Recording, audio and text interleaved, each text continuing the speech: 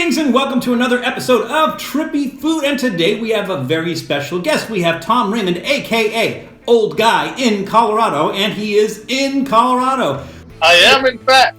Yeah, so Tom and I were talking, and we were trying to come up with some unique dishes. We were talking about dishes that were like turned around, kind of backwards. And he came up with this great idea for something that I guess we're trying to settle on a name. So, like, for simplicity's sake, I think we were going to say Fiery Burger Ring, but then creatively we were going to say the 5 layers of hell, or the 5 rings of hell. The 5 rings of hell. And so what the dish is it's a reverse onion ring. Like, if you think of a burger with an onion ring on top of it, it's a reverse onion ring. It's an onion ring with a burger in it. And so, Tom, talk a little bit about like your concept and how we're going to put this thing together. Okay, well, there really wasn't a whole, big concept about it. It was just trying to think of something different to do, like you were saying. And so I just decided to try putting a burger and make around the onion ring.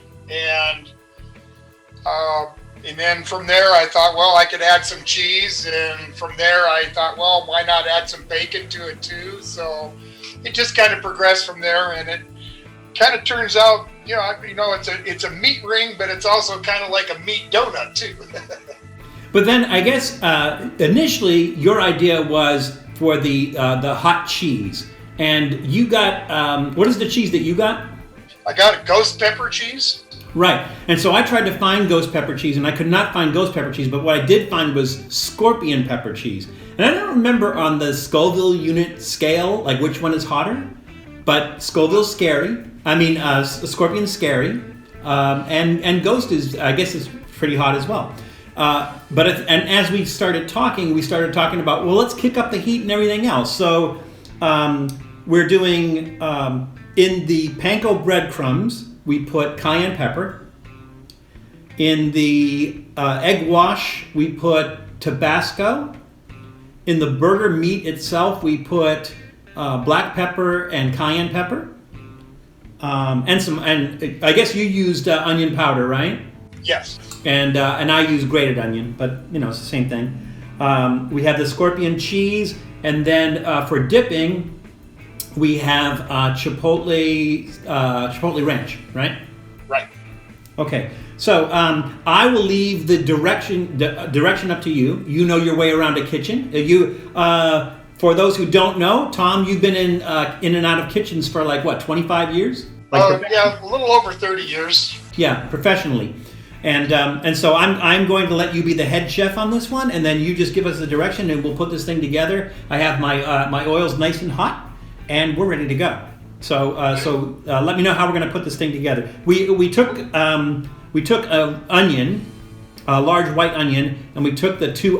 The second one's just insurance, but we took two of the outer rings. They're cut about an inch, maybe a little less on the other one, and then the cheese. In my case, the scorpion cheese was like a wheel, and so I was able to cut around it. So it should fit nicely on the inside of that onion. Great. You might have a little better time of it than I did, or than I might, because my cheese was just in a block, so I've just kind of got some thin slices. But we can start by just putting the ring on top of the burger, and then we can just line the inside of the ring with the cheese. So just kind of pack it around the inside of the ring as best you can get it in there. Mine's kind of standing up. Hey, it's going to cooperate for me this time. And earlier, I had this cut, and Doodle snuck up to the table and grabbed a piece of the pepper cheese, and I think that's the last time he'll ever do that. Okay, right, and now... that stays up really nice. Great. So then the next step is just to start on the outside edge and start to bring the burger up and over the top or up to the side of the ring. Okay, so now we're working the burger around it? Yeah, start from the outside edge. So this is what I have here. So am I like cutting a circle in the middle or something to pull that up? Well, kind of. When we get to that, what we'll do is start on the outside edge and start folding it up and over the outside to the inside. Okay. And once you get all the way around. There we go. Yep. Once you get all the way around with it. Are you packing it pretty tight? Yeah, you want to get it in nice and tight, you know. And once we get it all the way around the outside, that's when you pick it up and just kind of poke a hole in the center on the bottom. Now you already did a run through on this, right? Yeah. I did. Well, so far so good. Working well so far here. I'm just about ready to fold up the inside. That seems to be going pretty nicely. And I guess the thing is that we don't want this to be too thick, right? Right. Yeah. If it gets too thick, it doesn't cook properly. Now, if you don't mind a burger that's a little bit rare or maybe medium, I guess it'd be okay. Don't mind. That's how I live. But I prefer, if I'm going to do a burger like this, I prefer it well done. And if it's not well done, there's going to be a chance that the cheese inside may not melt all the way. Well, we also have to make sure the bacon cooks too, right? Right. All right, so I have what I like a bowl right now, right? Right. Looks like a meat bowl. Right, and then just pick it up. And which might be a nice thing for something else, right? Well, yeah, it could be, absolutely. So I'm just gonna pick that up and then kind of like pull the meat out through the bottom, and then just try to work that same inside meat just up to the side like you did on the outside. They kind of meet anyway, so I'm just gonna pull the meat out of the middle. Okay, yeah, whichever works for you to get that nice even layer. Because when I put it together, I'm gonna pinch off the extra. Right. Yeah. If you have extra, that's a good idea. And you may, for anybody else that may be doing this, you may need a little more or actually even a little less burger depending on the size of your onion ring. Well, we have a stunt onion ring standing by. Well, that holds together quite nicely. What do you think? How does that thickness look to you? That looks just about right now. Okay. Looks good to me. That's about what I've got. Can you see that okay? Yeah. Uh-huh. All right. Now this is when we add the bacon. Okay, and we're just wrapping it around, right? Wrapping it around. The last time it took me 3 slices. It might only take you 2, but you want to cover it completely. Sure. In fact, this one might even take me 4 slices. Are we stretching the bacon a little bit? A little bit.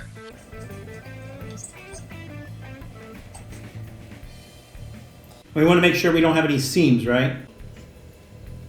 Well, yeah, you want to, if you can overlap a little bit, that's cool. And then, but by the time we add the egg wash to it, it'll hold it in place pretty well.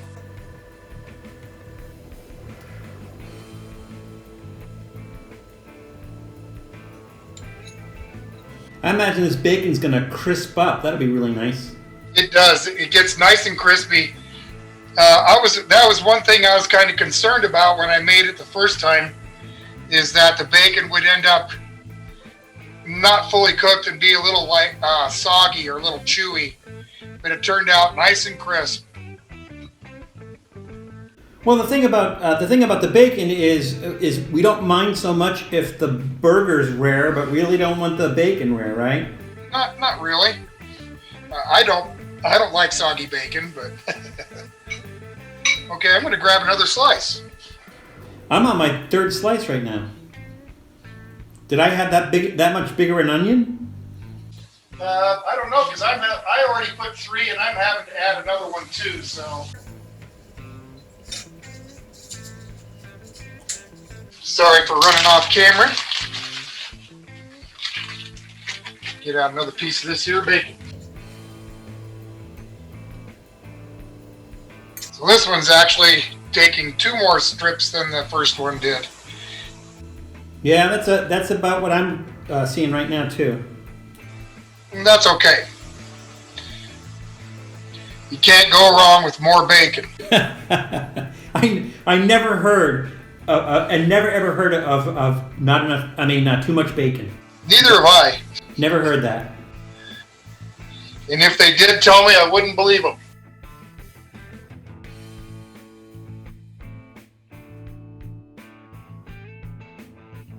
Yeah, that's there's 5 pieces right there. Yep. Now look, that's a nice wrap, Val. Yeah, have a look at that. Perfect. Yeah. All right. So then it's just to dip into the egg wash, and then right into the panko. You want to tip, maybe flop it over a couple of times and make sure you get egg wash real good on the inside too. Sure.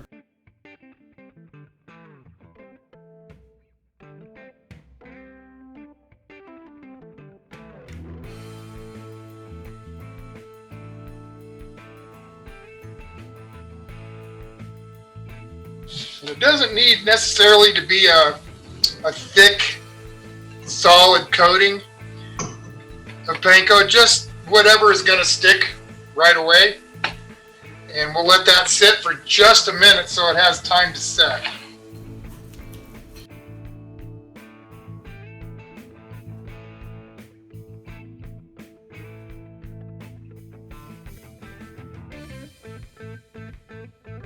That's a fine looking thing there. Alrighty, so how long are we gonna wait? Just a minute or two so it has time to set. Maybe we should mix the our chipotle ranch. I'm gonna taste a piece of this cheese. I haven't tasted it yet. Yeah. Is it a smoked cheese? Or... Ooh, that's mean. Yeah, it's a Gouda. Okay. Or Howda, I think as it's properly pronounced. Oh yeah, I could see that one did doodling. That got a kick to it, does it? It has fire. All right, well, I think I'm about ready to fry. All right. I'm just going to pull this over where I can get to it. I was going to use the little spoon, but I think it's so big I have to put it in the basket directly. Yep, that's what I'm going to have to do as well. All right, into the basket and into the fryer. And look at that puppy go. All right, and I got that timer set for 5 minutes. There's something with moisture in there because that's popping away. Yeah, the egg and the bacon is going to pop pretty good.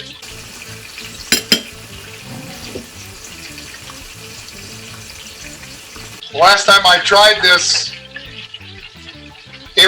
I was really surprised how good it was, considering I was just kind of horsing around. So how long are you just kind of judging it by when it turns brown? Well, you can't really go by the color too much.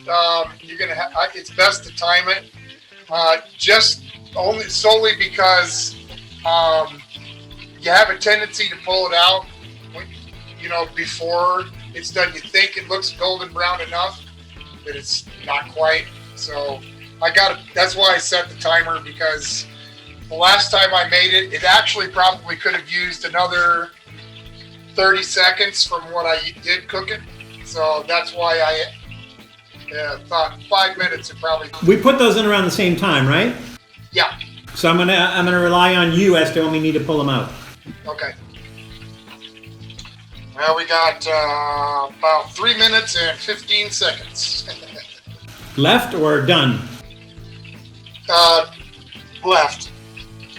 Well, 3 minutes and yeah. Can you smell that, Val? Are you getting any aroma off of that? Oh yeah. That's nice. But it's like a combination of everything. It is. I can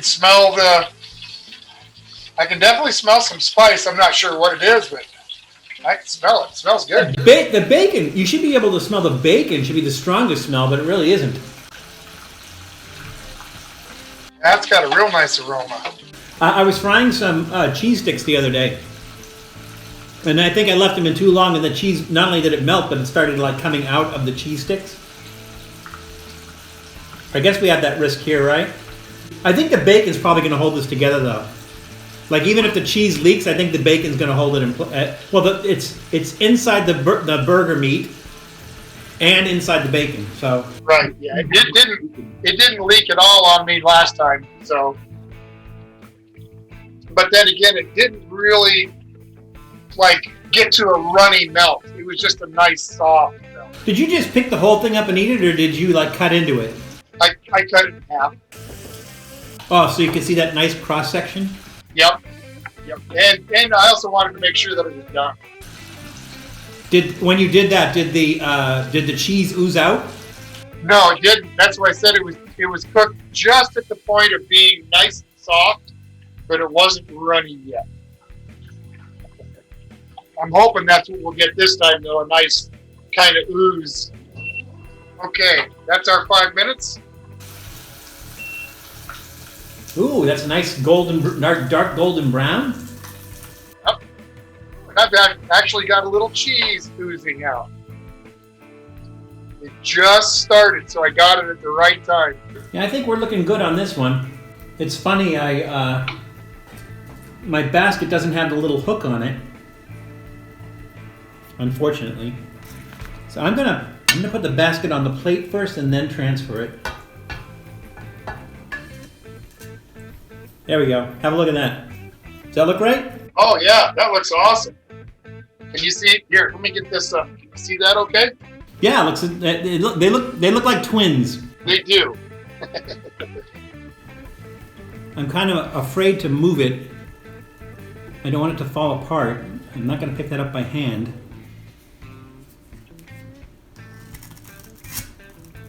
See if I can do it with the spoon. There we go. Yep, there we go. All right, we're good. Wow. My God, look at that. It's like a big meat donut. You know, it's funny. I was thinking it almost looks like a coconut donut. It does, doesn't it? An old-fashioned donut with coconut on it. How long do you let that sit? We could probably cut into it. Don't want to do it too early. I think it'll be all right. All right, here we go.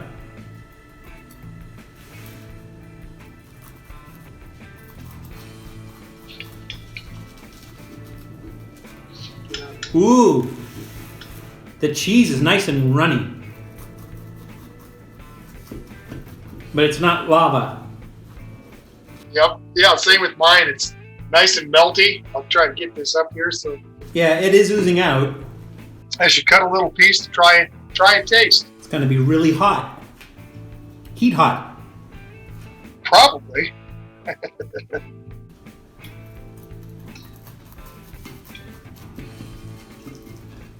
Right. I mean, it looks like everything's cooked. The burger is, like maybe a tiny bit of pink. So it's it's about a medium, I think. Awesome. Well, mine's. Let's try and hold this up. I don't know if you can see that. Here's the little bite. Yeah. The onion looks like it's done just right. I'm gonna. Cheers. Oh yeah. Okay. Oh my God. That's really good.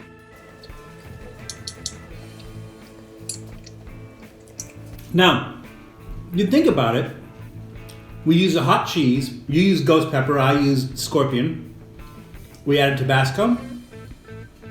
We added cayenne. We added chipotle. Oh, we didn't dip. We didn't dip. We gotta try the first bite by itself. Yeah. That is good. That is good. The bacon and the beef, blend really well. And even though that cheese is hot, because I tried a piece of the cheese by itself, it's not overpowering. With everything else, it's nice. It has a nice. Right, it helps mellow it out a little bit. Yeah. So are we ready to try a bite with the Chipotle Ranch? Yeah, I'll just pick that up and dip. That's what I'm doing. Here's to you, Mel.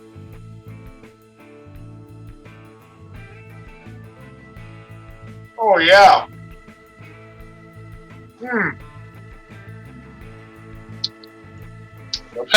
That's a tasty treat.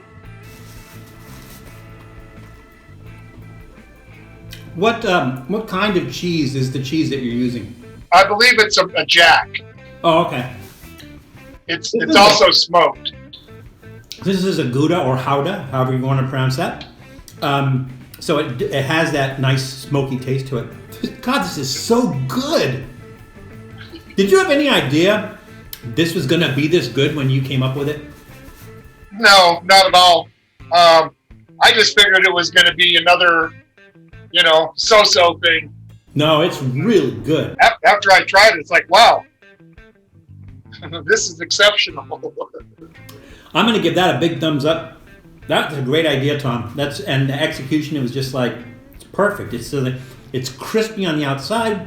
You get the bacon is just, it's like, it's not crumbly, then it's not like soggy. You can still taste the beef under everything else. And the onion, because we used a fresh white onion. Something you would expect sometimes that would cut through and everything, but it blends. Everything just blends really nicely.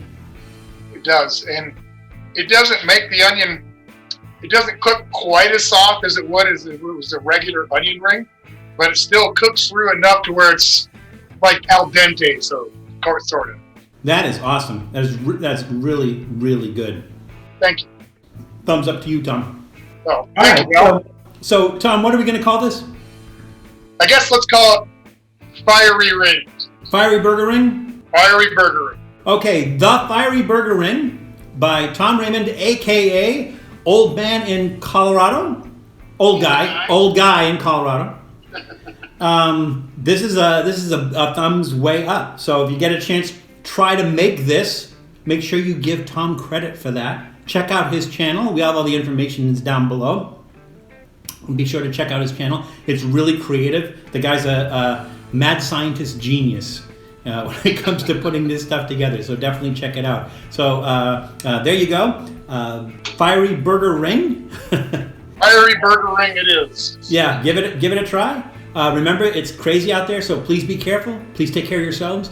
Please take care of others. We'll see you soon. Thanks for checking out Trippy Food. If you enjoyed watching that video half as much as I did making it, well then I enjoyed it twice as much as you did. And if that's the case, you'll probably like this video right here. And if not, check out this video right here. That one's a little bit different. Either way, leave a comment down below. And be sure to subscribe by clicking on the Trippy Food icon right here. Glad you could make it, and we hope to see you again soon.